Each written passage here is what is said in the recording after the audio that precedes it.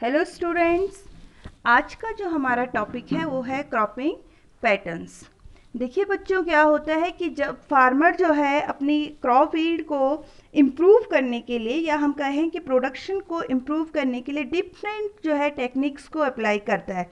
इसमें हमने पढ़ा कि वो डिफरेंट मैन्योर अप्लाई करेगा, आपके फर्टिलाइजर्स अप्लाई करता है अपने फील्ड में। इसके साथ साथ एक और टेक्निक है that is called the cropping patterns. Different cropping patterns को अप्लाई करता है जिससे वो अपना जो प्रोडक्शन है यील्ड का उसको क्या कर सकता है, इम्प्रूव कर सकता है।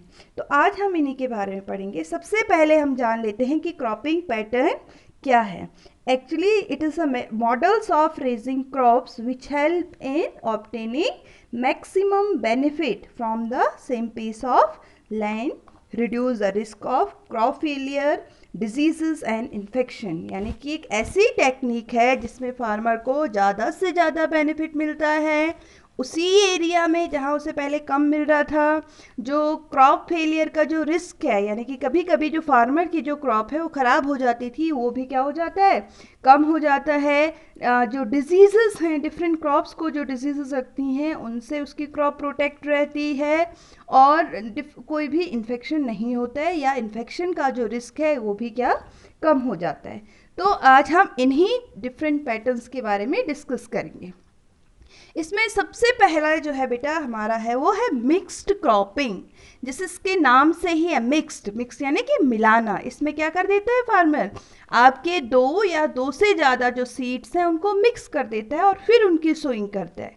हम कह सकते हैं ये क्या है, it is the practice of growing of two और more than two crop simultaneously on the same piece of land. अगर एक ही जगह पे वो दो या दो से ज़्यादा क्रॉप को ग्रो कर रहा है तो इसको हम क्या कहेंगे बेटा, that is called the mix cropping.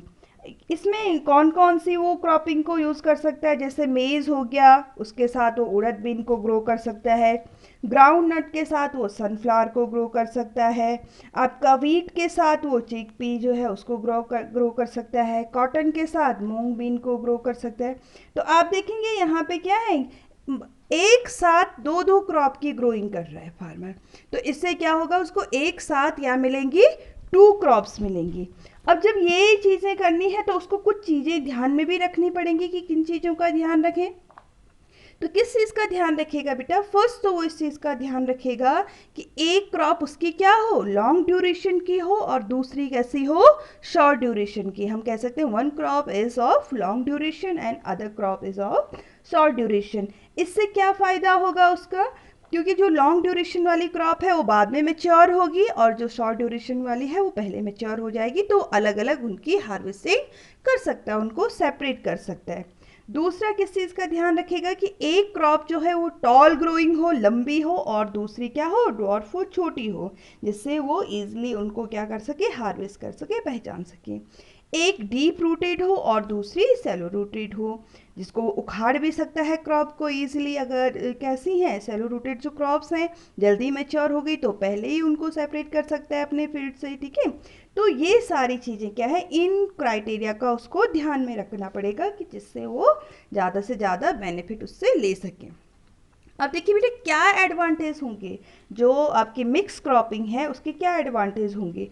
तो देखो बेटा ये क्या कर देता है, the risk of crop failure, जो टोटल क्रॉप फेलियर है, आपने देखा होगा कभी कभी क्या हो जाता है, बहुत बारिश हो जाती है और हमारी जो क्रॉप्स हैं वो अलग अलग होती हैं। ये पहले पढ़ा है आप लोगों ने पिछले टॉपिक्स में कि कुछ क्रॉप्स कैसी होती हैं जिनको ज़्यादा वाटर चाहिए होता है, कुछ क्रॉप्स कैसी होती हैं हमारी जिनको कम पानी चाहिए होता है। अगर वो दोनों अलग अलग टाइप्स की जो क्रॉप्स हैं उनकी ग्रोइंग करेगा तो क्या होगा, अगर बारिश बहुत ज़्यादा हो गई तो उसकी ऐसी क्रॉप ग्रो करेगी जिसमें क्या होगा, जो जिसको पानी ज़्यादा चाहिए।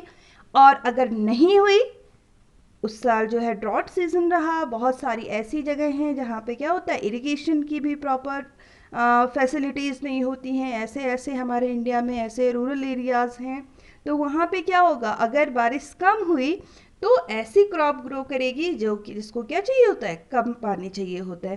तो यानी कि जो टोटल रिस्क है, अगर वो एक ही क्रॉप ग्रो करेगा तो उसकी सारी क्रॉप खराब हो जाएगी, सब खत्म हो जाएगा। लेकिन अगर वो क्या करेगा, मिक्स क्रॉपिंग करेगा, तो कम से कम उसको एक क्रॉप से तो बेनिफिट मिलेगा ही। तो हम कह सकते हैं the risk of total crop failure due to uncertain monsoon is reduce, ये रिड्यूस हो जाएगा। ठीक है। दूसरा क्या होता है बेटा, फर्टिलिटी बढ़ जाती है। हमारी जो सॉइल है उसकी क्या होती है, फर्टिलिटी बढ़ती है। फर्टिलिटी कैसे बढ़ेगी, क्योंकि वो अलग अलग तरह की क्रॉप्स की ग्रोइंग करेगा। एक मान लीजिए वो सीरियल की ग्रोइंग कर रहा है और दूसरा करेगा वो लेग्यूमिनस प्लांट्स की ग्रोइंग करेगा। लेग्यूमिनस प्लांट्स क्या होते हैं, ये आगे मैं आपको पिक्चर्स भी दिखाऊंगी। लेग्यूमिनस यानी कि ऐसे प्लांट जिनमें लेग्यूम्स लगी होती हैं, फलियाँ, जैसे मटर की फली हो गई, बीन्स की फली हो गई, यानी फलियों वाले जो प्लांट्स होते हैं जिनमें आप दालें, इसमें हमारी मोस्टली पल्सेस हमारी इसमें आती हैं, तो इनकी ग्रोइंग करेगा। अब ये जो प्लांट्स होते हैं ये कैसे होते हैं, इनकी रूट में रूट नड्यूल्स होते हैं, कुछ गांठें प्रेजेंट होती हैं, और जिसके अंदर होता है एक bacteria, that is called the rhizobium bacteria. ये जो राइजोबियम बैक्टीरिया है, इसकी कैपेसिटी होती है, ये हमारे एटमॉस्फेयर की नाइट्रोजन को क्या कर लेता है, फिक्स करके प्लांट को प्रोवाइड करता है, जिससे न्यूट्रेंट, जो नाइट्रोजन जो न्यूट्रेंट है, ये मैक्रो न्यूट्रेंट होता है, प्लांट्स को जरूर चाहिए होता है, तो ये प्लांट्स तक पहुंच जाता है। और नहीं तो जो फार्मर है उसे क्या अप्लाई करना पड़ता है अपने फील्ड में, जो नाइट्रोजनस फर्टिलाइजर अप्लाई करने पड़ते हैं, तो उसको क्या मिलेगा, नेचुरली क्रॉप को या हमारे फील्ड को नाइट्रोजन सप्लाई हो जाएगा। तो इससे क्या होगा, फर्टिलिटी भी इंक्रीज होगी अलग अलग तरह की क्रॉप को ग्रो करने से। तो ये क्या है, इसके फायदे हैं। दूसरी हमारे पास जो क्रॉप है बेटा, या दूसरा जो पैटर्न है वो है इंटरक्रॉपिंग। ये क्या है, इंटरक्रॉपिंग क्या है, ये भी बिल्कुल आपकी मिक्स क्रॉपिंग के जैसे ही है, बट ये उससे थोड़ा सा एडवांस है। थोड़ा सा एडवांस कैसे है, हमने मिक्स क्रॉपिंग में कहा कि एक फार्मर क्या करता है, दो या दो से ज़्यादा क्रॉप्स को ग्रो करता है, एक साथ ग्रो करता है एक ही लाइन में। यहाँ पे भी ऐसे ही होता है, बट यहाँ पे ग्रोइंग कैसे होती है, इन अ रो पैटर्न, एक प्रॉपर रो में होगा, है तो वैसे ही, बट क्या है, थोड़ा सा एडवांस है उससे। तो हम कह सकते हैं कि इंटरक्रॉपिंग क्या, it is a practice of growing two और more than two crop simultaneously in a same field in defined row pattern. इसका ऑब्जेक्टिव क्या है, with the objective of increasing productivity per unit area, per unit area में ज़्यादा से ज़्यादा क्या मिले, प्रोडक्शन मिले। इससे क्या बेनिफिट है, या हम कह सकते हैं कि मिक्स क्रॉपिंग से ज़्यादा बेनिफिट कैसा है इसमें। देखिए मिक्स क्रॉपिंग में क्या है, जब क्रॉप्स मिक्स होने के चांसेस होते हैं उसमें कि हार्वेस्टिंग में प्रॉब्लम हो जाती है, एक फार्मर जो है इजीली हार्वेस्टिंग नहीं कर सकता है, बट क्योंकि वो मिक्स हो जाएंगी जो क्रॉप्स हैं। इंटरक्रॉपिंग में क्या है, रो में ग्रो करेंगे तो सेपरेटली ग्रो कर सकता है एक फार्मर, उसका क्या हो जाएगा, इरिगेशन इजीली कर सकता है, कि किसी क्रॉप को ज़्यादा पानी चाहिए, किसी को कम पानी चाहिए, तो वो उसको दे सकता है, जबकि मिक्स क्रॉपिंग में तो ऐसा था नहीं, है ना। इसके अलावा क्या कर सकता है, वो हार्वेस्टिंग सेपरेटली कर सकता है। अगर मिक्स क्रॉपिंग में था तो उसको पूरे फील्ड में जाना पड़ेगा, पूरे खेत में जो है, जो क्रॉप है जो मैच्योर नहीं हुई है वो डैमेज हो सकती है, या मैच्योर हो गई है जो क्रॉप वो भी डैमेज हो सकती है, क्योंकि उसे फील्ड में बीच में घुसना पड़ेगा।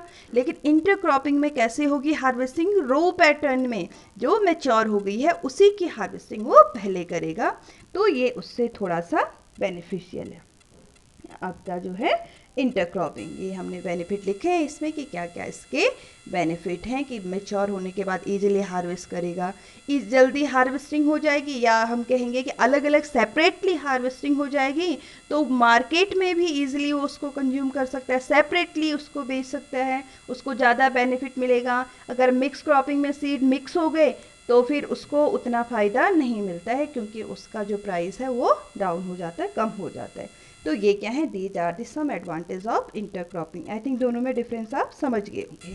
थर्ड हमारे पास है बेटा, that is the crop rotation. Crop rotation क्या है, ये भी एक टेक्निक है आपकी प्रोडक्शन को बढ़ाने के लिए कि प्रोडक्शन को किस तरह से बढ़ाया जा सकता है। इसमें क्या होता है कि क्रॉप रोटेशन, जिसके इसके नाम से पे ही है रोटेशन, यानी कि एक बार एक क्रॉप की ग्रोइंग करी उस फील्ड में, अगली बार सेम क्रॉप की ग्रोइंग नहीं करेंगे, सेम क्रॉप को नहीं ग्रो करेंगे, हम दूसरी क्रॉप की ग्रो करेंगे और वो होगी आपकी लेग्यूमिनस क्रॉप्स। जैसे मैंने पहले भी कहा था, यहाँ पे आप अपने स्क्रीन पे इसमें पिक्चर्स में देख सकते हैं, ये सारी आपके क्या हैं, these are the leguminous crop. पहले भी मैंने आपसे कहा था, पी हो गया, बीन्स हो गया, फलियों वाले जितने प्लांट्स होते हैं लेग्यूम्स वाले, वो सारे के सारे आपके किस में आते हैं, आपके लेग्यूमिनस क्रॉप्स होती हैं।